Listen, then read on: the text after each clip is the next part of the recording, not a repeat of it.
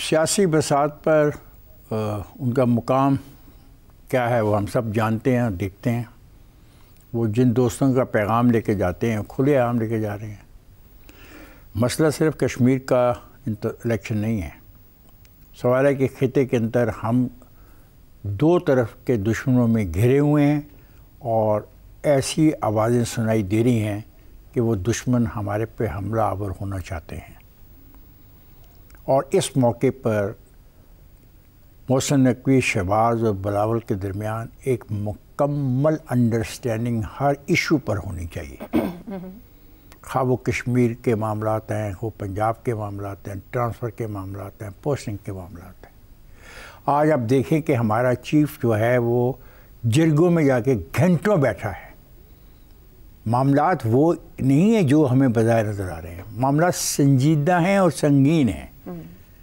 तो मैं समझता हूँ कश्मीर का इलेक्शन भी ज़ेर बहस है, बिल्कुल है, और हमने कल भी इस पर बात की। लेकिन मैं इससे ज़्यादा आगे देख रहा हूँ। मैं ये देख रहा हूँ कि जो रवैया अख्तियार किया है एक सूबे के वज़ीर आला ने कि वो अपनी कैबिनेट नहीं बनाना चाह रहा और वो अनसर्टेनिटी पैदा कर रहा है उस इलाके में जो जहाँ पे अनसर्टेनिटी नहीं होनी चाहिए। वहाँ पे बिल्कुल एक मुकम्मल अंडरस्टैंडिंग, एक स्ट्रॉन्ग गवर्नमेंट का न सिर्फ कॉन्सेप्ट होना चाहिए बल्कि एक स्ट्रॉन्ग गवर्नमेंट होनी भी चाहिए। वहाँ पे ये हो रहा है। तो ये जो मुलाकातें हो रही हैं, मैं समझता हूँ इनका कैनवस थोड़ा सा वसी है। कैनवस इसमें जहाँ कश्मीर के इलेक्शन के मामलात हैं, इसके अलावा हमारे दुश्मनों के जो अज़ाइम हैं हम उनको भांप चुके हैं, हम उनको एसेस मुकम्मल तौर पर कर चुके हैं। और हाँ, हमारी तमाम फ़ज़ाई हदूद, हमारी बहरी हदूद, हमारी ज़मीनी हदूद हर वक्त अलर्ट हैं। आप उस अलर्ट सिचुएशन को क्यों नहीं देख रहे और क्यों नहीं समझ पा रहे? मैं हैरान हूँ। ये बात है जो अंडरस्टैंडिंग से होनी चाहिए। हमें बतौर कौम इकट्ठा होना है और उसके लिए ये कोशिश जारी है कि छोटे मोटे अगर इख्तिलाफात हैं या क्यों नहीं। देखें ना, 26वीं एक डिबेट सुप्रीम कोर्ट में चल रही है, उसके नतीजे क्या निकलेंगे। 27वीं पे हम बात कर रहे हैं, एक तरफ कश्मीर की बात कर रहे हैं, लेकिन दूसरी तरफ जो अर्ज मैंने आपको की कि दो दुश्मन हमारे पे झपटना चाह रहे हैं। मेरा ख्याल है कि उसके बारे में गुफ्तगू ज़्यादा हो रही है कि how to do it and how to. Sir, वो जिन्होंने उनको निमटना है वो मुकम्मल तौर पर तैयार बैठे में हैं कि कब उनको जवाब देना है। एक ब्रेक लेते हैं, ब्रेक से वापस आएंगे तो हम बात करेंगे शहजाद साहब और रज़ा रूमी की राय आखिर इस मामले पर क्या है। प्रोग्राम के आखिरी हिस्से में एक बार फिर खुश आमदीद। शहजाद साहब, शहबाज शरीफ और सदर की जो मुलाकात हो रही है, क्या आज़ाद कश्मीर की सियासत को लेकर कोई कहा जाए कि नया चार्टर ऑफ पावर तरतीब दिया जा रहा है? देखिए, आप हमसे कह रही हैं कि हंडिया की अभी पकने पे चढ़ी है तो उसका ढकना उतार के हमें बताया जाए कि क्या है अंदर पका हुआ, तो उसका तो इंतजार करना पड़ेगा। देख का एक दाना देख के अलबत्ता कुछ ना कुछ कहा जा सकता है। कुछ अज्जा के बारे में बताइए जी। वो जी, मैंने कहा कुछ इंग्रेडिएंट्स क्या हैं जो पक रहे हैं वहां पर?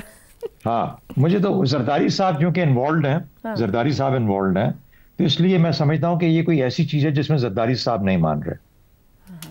यानी जरदारी साहब का अदरवाइज देखिए, कश्मीर के मामलात हों या कोई सरहदों की सूरत हाल हो या कोई और वजह हो, गजा में चाहे हमारी अफवाज का कोई तल्लक हो, मेरा नहीं ख्याल कि जरदारी साहब उसके ऊपर कोई इतना बड़ा, ये तो एक एग्जेक्टिव का मामला है। वजीर आजम होंगे बिलावल साहब को साथ वैसे ऑन बोर्ड करने के लिए, और फिर एस्टैब्लिशमेंट, कोई वजह नहीं है कि तीनों आपस में बैठ के एक दूसरे के साथ बात। सर, एनएफसी अवार्ड भी एक मामला है जिसकी मीटिंग्स भी कमिंग वीक्स में, जहां मोहसिन नकवी और जरदारी साहब इन्वॉल्व हो जाएं, इसका मतलब है, और उनको मनाने की कोशिश हो, इसका मतलब है कुछ ना कुछ तल्लक ऐसा है जिसका तल्लक आइन के साथ है, 18वीं तरमीम के साथ है और उसके अंदर तब्दीलियों के साथ है, जिसके ऊपर जरदारी साहब नहीं मान रहे। अब जरदारी साहब के पास बिलावल की शक्ल में एक फॉइल भी है। फॉइल ऐसा है कि जरदारी साहब मानते हैं तो कहते हैं बिलावल को मनवा लो, बिलावल मानता है तो कहता है चले मिलके हम जरदारी साहब के पास चलते हैं। अब मैं इसमें नहरों को या मादनियात को, इन चीजों को शामिल नहीं करना चाहता। ये वाकई में कोई बड़ी चीज है जिसके ऊपर जरदारी साहब ने कहा है कि अच्छा ये नहीं होने दूंगा। अब 26वीं तरमीम के ऊपर कुछ शायद हफ्ते पहले की बात है, 2-3 हफ्ते पहले रजा रबानी साहब ने फिर से जिस तरीके से 21वीं-22वीं तरमीम के दौरान आंसू बहाए थे, 26वीं तरमीम पे भी उन्होंने कुछ ऐसी बात की है। उनकी किताब की शायद वो थी, उसका लॉन्च हो रहा था, उसके ऊपर ये बातें हुई। तो मेरा ख्याल है कि एक पीपल्स पार्टी के अंदर बजाते खुद एक ऐसी सोच है, एक ऐसा प्रॉब्लम है जो कि 18वीं तरमीम या 18वीं तरमीम से जुड़े हुए मामलात या जो आइन के साथ जुड़ी हुई चीजें हैं, उनको बहुत ज्यादा 26वीं तरमीम के बाद जिस किस्म से बैकलैश आया है और वो उनको भी सहना पड़ा है, मेरा ख्याल उसके ऊपर वो कुछ कॉशियस है और उसके ऊपर कहीं ना कहीं पे ये कोशिश हो रही है कि उनको मनाया जाए ताकि 26वीं तरमीम और 18वीं तरमीम के अंदर जो मामला आते हैं उनको सुधारा जाए, वरना जरदारी साहब को तकलीफ देने की इतनी जरूरत नहीं रहती किसी और मामले में। दुरुस्त हो गया। अच्छा रज़ा रूमी साहब, एक तो मामला वही आ गया कि 3 दिन से हम देख रहे थे, 3 दिन पहले तहरीक अदम एतमाद आनी थी, नहीं आ सकी, तो हम समझ रहे हैं शायद नून लीग भी अपने पॉइंट पे अड़ गई है कि अब सियासी लॉन्चिंग पैड के तौर पर नया इंतखाब। मगर जो भी शहजाद साहब ने भी एक और जाविया सामने रख दिया है, क्या मुस्तकबिल के विफाकी फैसले भी हैं यहाँ कई अहम सियासी फैसले? आयशा देखिए, ये जो कुछ आज़ाद जम्मू कश्मीर में हो रहा है ये अवाम की मोहब्बत में नहीं हो रहा। अफसोस की तो ये बात है कि अगर ये, आपको पता है वहाँ पे एक अभी तहरीक भी चली थी और बिल्कुल सिविल सोसाइटी और वहाँ के नौजवानों ने उसको लीड किया था, वहाँ के जो माशी और दीगर मसाइल हैं उसके हवाले से, उससे पहले भी पिछले साल वहाँ शोरिश रही। लेकिन हमारा जो रवैया है उसके ऊपर बस वो यही है कि जाके पानी के ऊपर थोड़ी आग लगा दो, पोछा पाछी कर दो, लेकिन जो मसाइल हैं उनको सही तरीके से हैंडल ना करो। अब वहाँ पे क्या वज़ीर आज़म बदलने से क्या वहाँ पे इनकलाब आ जाएगा? कोई एक वज़ीर आज़म निकलेगा जो कि सारे के सारे मेंबरान असेंबली के वो वज़ीर बना दिए पिछले वाले ने, ये वाले साहब भी वही करेंगे, XYZ हो। मेरे नज़दीक तो उनमें कोई खास फर्क नहीं है। ये लेन देन की सियासत हो रही है क्लासिक स्टाइल में, क्योंकि 27वीं तरमीम जो है उसके कई मसवदे जो है वो ज़ेरे गर्दिश है और वो ऐवान इक़्तिदार में घूम फिर रहे हैं। उसके ऊपर पाकिस्तान पीपल्स पार्टी की रिजर्वेशंस हैं जो कि आप बगैर किसी इंफॉर्मेशन के भी कह सकते हैं उनकी रिजर्वेशंस क्या होंगी।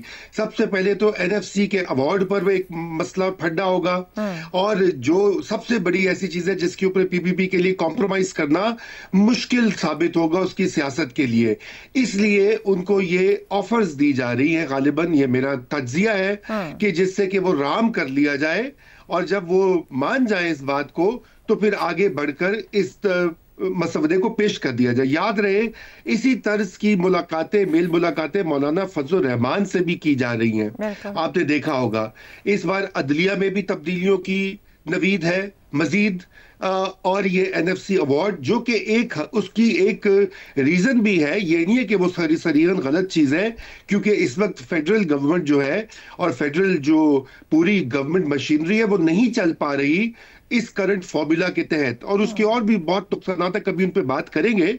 लेकिन ये मामला वहां पर लेन देन का ये हो रहा है, सादा सी बात है।